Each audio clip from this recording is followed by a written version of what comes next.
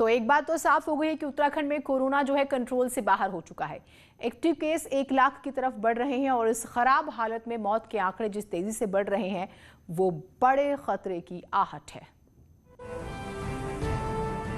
कांग्रेस के केदारनाथ से विधायक मनोज रावत ने 2 मई को मुख्यमंत्री को चिट्ठी लिखी, जिसमें लिखा कि पहाड़ी जिलों में मरीज दम तोड़ रहे हैं क्योंकि यहाँ कोई सुविधा नहीं है, इसलिए देहरादून और ऋषिकेश के अस्पतालों में पहाड़ के मरीजों के लिए बेड रिजर्व किए जाएं। इतना ही नहीं, श्रीनगर मेडिकल कॉलेज में पूरा स्टाफ तक नहीं है और मुख्यमंत्री को भेजी चिट्ठी के 4 दिन बाद यानी 6 मई को 11 लोगों की मौत कोरोना से श्रीनगर बेस हॉस्पिटल में हुई।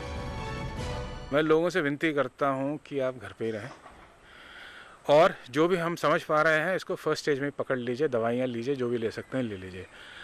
अस्पताल में जाने से पहले रोक लीजिए अपने आप को, मतलब जो अगर कर सकते हैं, अगर हो सकता है, क्योंकि एक बार आदमी अस्पताल जा रहा है तो वहाँ पे परिस्थितियाँ आप भी जानते हैं, हम भी जानते हैं, ठीक नहीं। किसी भी प्रकार का कोई जो है सुरक्षा गांव में नहीं है, कोई पूछने वाला नहीं है। अगर बॉर्डरों से कोई जांच करके आ गया तो ठीक है, नहीं भी आया तो ठीक है। इस प्रकार की स्थितियां जो है गांव में हो रही है, इससे जो है गांव में लोगों में जो है बहुत भय का माहौल बना है।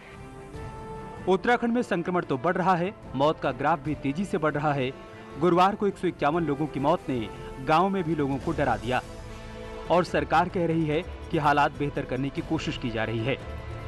निसंदेह स्थिति गंभीर है और इस असामान्य स्थिति में सरकार लगातार प्रयास कर रही है किस तरह से इस चेन को तोड़ा जाए और किस तरह से लोगों को स्वास्थ्य सुविधाएं उपलब्ध हो सके।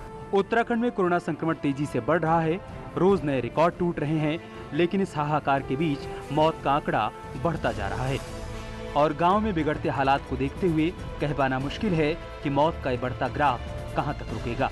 न्यूज़ 18 के लिए देहरादून से दीपांकर भट्ट की रिपोर्ट। उत्तराखंड वन विभाग में एक के बाद एक अधिकारियों कर्मचारियों के कोविड की चपेट में आने से दहशत का माहौल बना हुआ है। वन विभाग में इस समय करीब 125 अधिकारी और कर्मचारी कोविड पॉजिटिव हैं, जबकि 70 से ज्यादा कर्मचारी आइसोलेशन में हैं। विभाग में एक कंजर्वेटर, 2 डिप्टी रेंजर समेत 9 लोगों की कोविड की वजह से मौत हो चुकी है। अकेले वन विभाग के मुख्यालय में 3 सीनियर आईएफएस समेत 25 से ज्यादा कर्मचारी पॉजिटिव हैं। इनके संपर्क में आए कर्मचारी भी आइसोलेट किए गए हैं।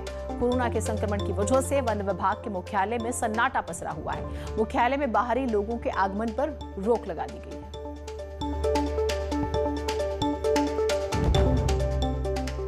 हैदराबाद के बाद यूपी में भी टाइगर के कोरोना पॉजिटिव पाए जाने के बाद उत्तराखंड में जू और पार्कों में जानवरों की सुरक्षा और कड़ी कर दी गई है, खासकर हाथी, गुलदार और टाइगर की। इन जानवरों की देखरेख करने वाले स्टाफ के पास कोविड की आरटी-पीसीआर नेगेटिव रिपोर्ट होना जरूरी है।